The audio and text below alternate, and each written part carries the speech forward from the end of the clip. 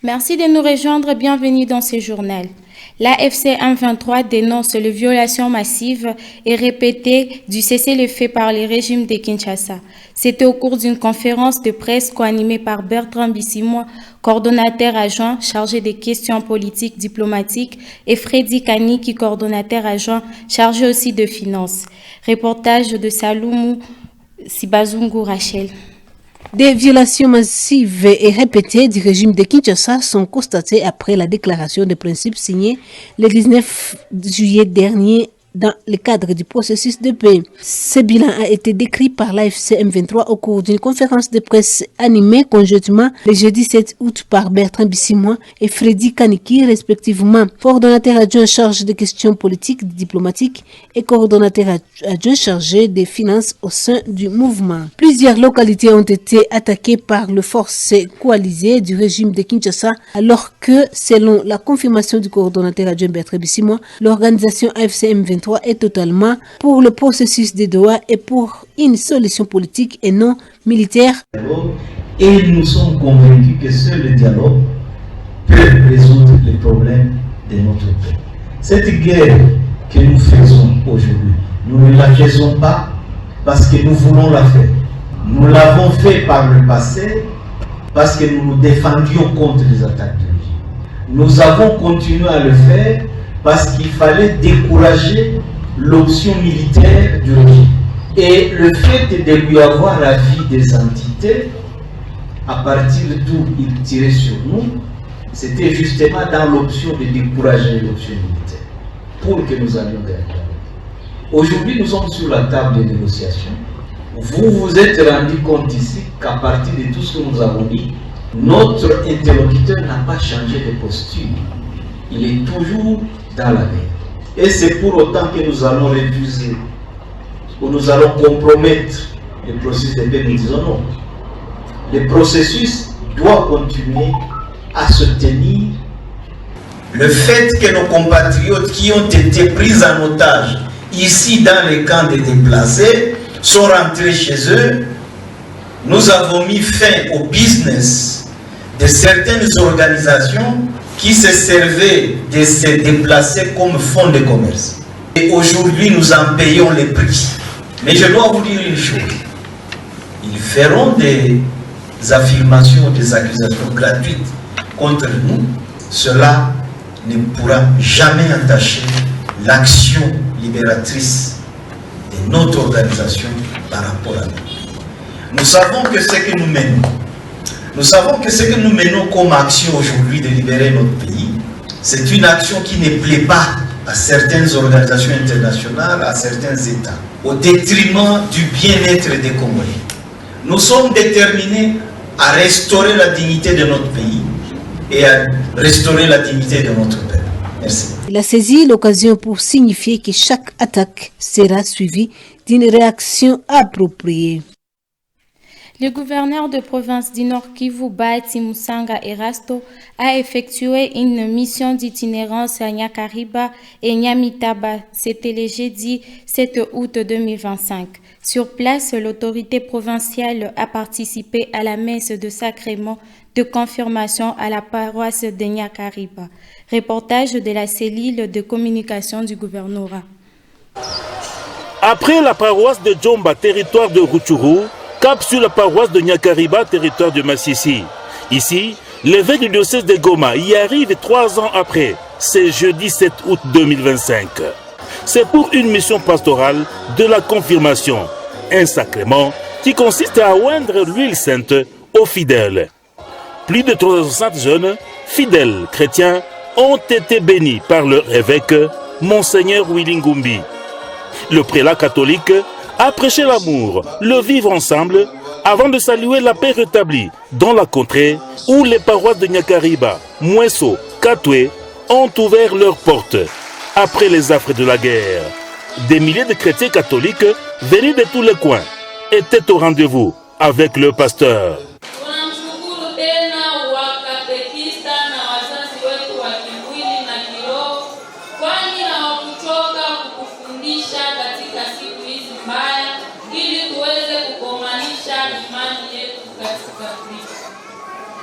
Kwa hiyo sisi wanaopita ambao tumekwisha kupokea bubujiko la Roho Mtakatifu kupitia mkono wa mtumishi wa Mungu akina Baba Askofu wa jimbo letu la Goma, tunajikusudia kumtumikia Mungu ndani ya Eklesia Katolika katika utumishi mbalimbali, tukimshuhudia Yesu kuwa mshindi na mwokozi wa maisha yetu, pia nafasi zote tutakapoenda pasipo kuregea. Des cadeaux n'ont pas manqué à colorer la messe qui, d'une vache, de mouton, bref, le vivre et le non-vivre, ont été remis à l'évêque Willy Ngumbi, signe d'amour et d'encouragement à leur pasteur. Na sisi wote tuwapenzi ni jamaa moja. Tuliambia mwanzo wa ibada kama Eklesia ni jamaa ya watoto wa Mungu. Katika Eklesia kuna kabila moja tu, ni kabila la Wakristo. Kabila ndani ya Eklesia ni kabila moja tu. Makabila mengine yote tunaipokea kama Wakristo. Na lugha yetu ni lugha ya mapendo, ndugu wapenzi. Wakristo wanapendana. Kwani Yesu ndiye akasema mukipendana kati yenu dunia itaniamini kama mimi ni mwokozi wenu. Mimi ni mwana wa Mungu. L'invité de marque, c'est le gouverneur du Nord Kivu. Bahati Moussanga Erasto, fils du terroir, est heureux de se retrouver, une fois encore, il y a de cela 18 ans, à Nyakariba, a-t-il révélé. Il a rassuré son attachement à rétablir aussi la sécurité, la paix dans la paroisse voisine de Bibwe, toujours en territoire de Masisi. Hakutuumbaka kwa ukabila, alituumbaka juu tupendane sisi wote, tupendane, watu wapiganishe ubaguzi wa ukabila. Mshikaze sawa jinsi baba askofu ana kila siku, na sisi tunawaomba watu wapiganishe ubaguzi wa ukabila. Ubaguzi wa ukabila hauna maana. Ubaguzi wa ukabila ni wa kutuchonganisha na kuturudisha nyuma. Watu wote tutie nguvu pamoja, na mapadri na wapasteri mbalimbali kama wako nafundisha mweglise na kumasomo kuma institut na kuma ekole primaire, watu yote wapiganishe ubaguzi wa ukabila. Mimi nashukuru Mungu, ninamaliza miaka karibu 18 asifike Nyakariba. Hapa Nyakariba ndio kwenye nilisomea 4e, 5e, 6e. Lakini Nyamitaba Nyakariba ilirudia nyuma sana. Fasi zingine unaonaka kuko mabadiliko. Lakini jinsi nilipachaka mtiswita zenye zinaisha, ulie Nyakariba kwende mbele kulirudia nyuma. Viti lifika fasi yote, lakini Nyakariba na Nyamitaba muko nyuma sana. Kenye niliona hapa tulikuwa tunasomea hapa kwa hii patiraje hapa ya paroisse kulikuwa ngombe, leo huko naona hakuna kitu. Ninapatia paroisse ya Nyakariba ngombe 2 zenye ziko na nyonyesha.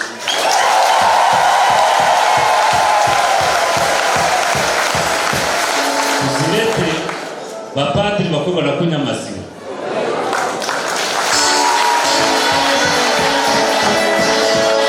C'est vers 17h que la délégation du gouvernement provincial, conduite par le gouverneur du Nord Kivu, a quitté Nyakariba pour la ville de Goma.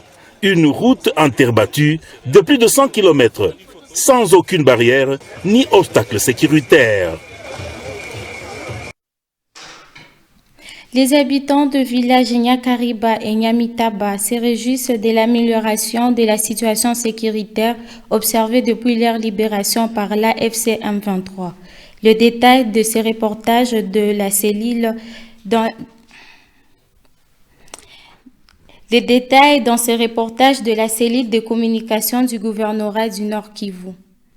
La sécurité est devenue une réalité dans les villages Nyamitaba et Nyakariba en territoire de Massissi depuis la libération de ces entités par le mouvement AFC M23. Suite à cette amélioration de la situation sécuritaire dans cette partie du territoire, les activités de l'élevage et l'agriculture se portent à merveille et devenir rentables. C'est le témoignage fait par certains habitants de la place interrogés ce jeudi 7 août 2025 par la cellule de communication du gouverneur de province.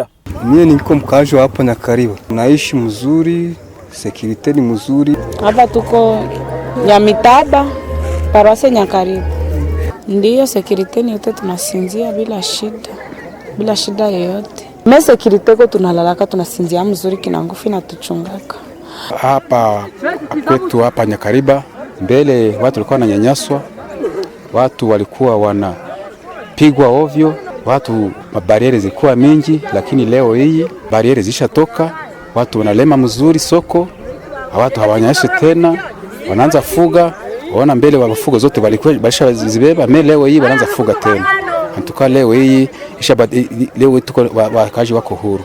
Leo tunasinzia vema, waaskari wanachunga ulinzi usiku na mchana, tuko na usalama, tunasinzia vizuri. Ces habitants sollicitent auprès de l'autorité provinciale de développer les mécanismes qui facilitera à valoriser davantage l'agriculture dans cette entité. Sisi walimaji tunapenda watuongezee biashara vishapunguka sana.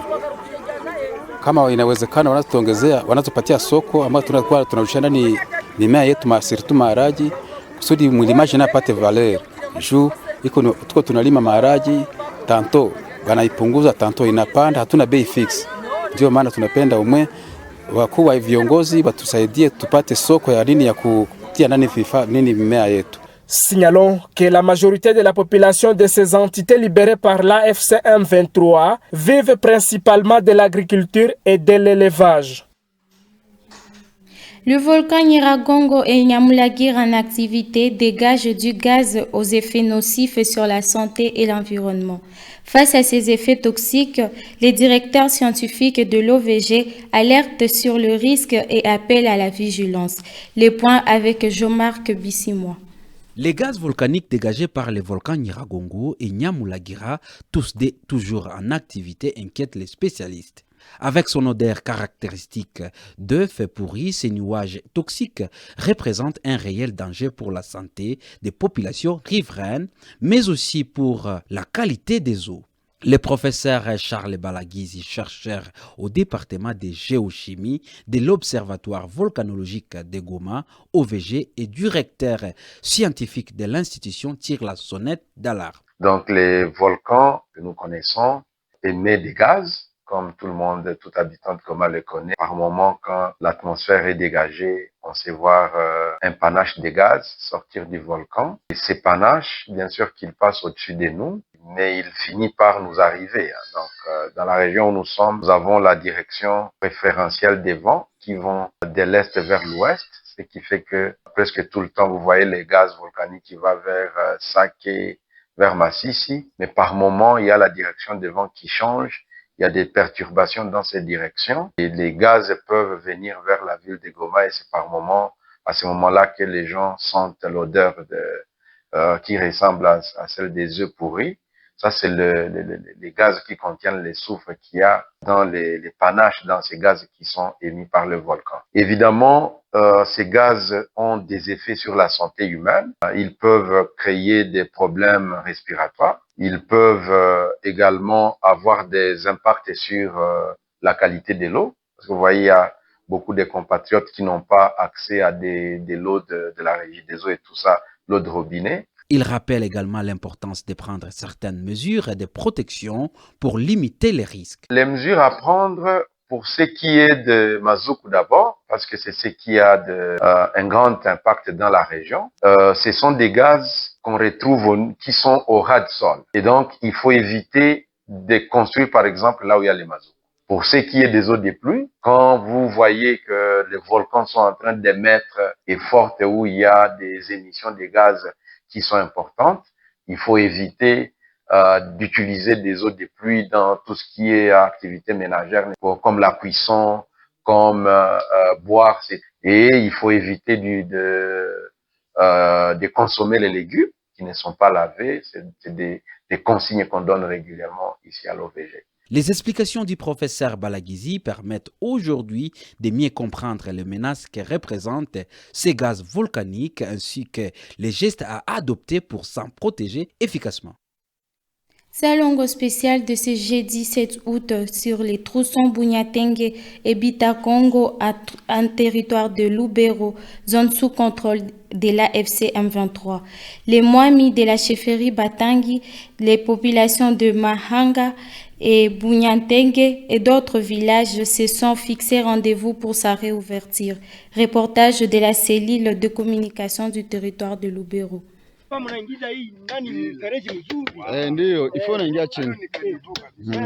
Le jeudi de chaque semaine est le jour réservé aux travaux communautaires d'Issalungu dans la partie sud-ouest du territoire de Lubero. Ce jour, 7 août 2025, les autorités politiques, militaires ainsi que coutumières de l'entité se sont donné rendez-vous dans l'agglomération de Bunyatengue. Ici, il est question de voir comment réouvrir le tronçon entre Bunyatengue et Bitakongo qui est à délabrement très avancé sur une partie longue de 16 km seulement et qui bloque la bonne circulation des activités socio-économiques entre ces deux grandes entités riches à produits des champs, de matières premières et de l'exploitation du bois. Une forte équipe d'hommes jeunes avec à sa tête le chef coutumier de la chefferie des Batangi, accompagné de tout le service de sécurité locale, ont pris l'engagement de faire un salongo spécial jusqu'à ce que la route soit fréquentable avec le moyen à bord en attendant un coup de pouce de la province du Nord Kivu. C'est là pour la maximisation de ces recettes pour le Mwami de Batangi, Sa Majesté Simon Dayake Mikundi Kimbwa Isekanyere. Ces travaux seront continuels jusqu'à ce que des voitures appelées Léo arrivent à desservir la zone. Une très bonne initiative, estime cette population qui salue le courage de l'autorité coutumière installée par l'Alliance Fleuve Congo M23. Selon elle, c'est l'homme qu'il faut à la place qu'il faut. Hivi vinakuwaka ni probleme saa wale wa magari anabania wakati wanabania banachimbaka njo budongo ndani mjembe bakisha butupa hivi inje. Sasa banatoka banaenda hapata virudisha tena pale. Ndio probleme yenyewe kuwaka. Sasa wakati mbuli tanyesha na liko kule kwenye walivitupa ndio sasa hatari inaingia. Hata watu walifanyaka salongo wae hakuna. Na gari inamaliza huku na mwezi na iko huku. C'est la fin de ce journal. Merci de nous avoir suivis.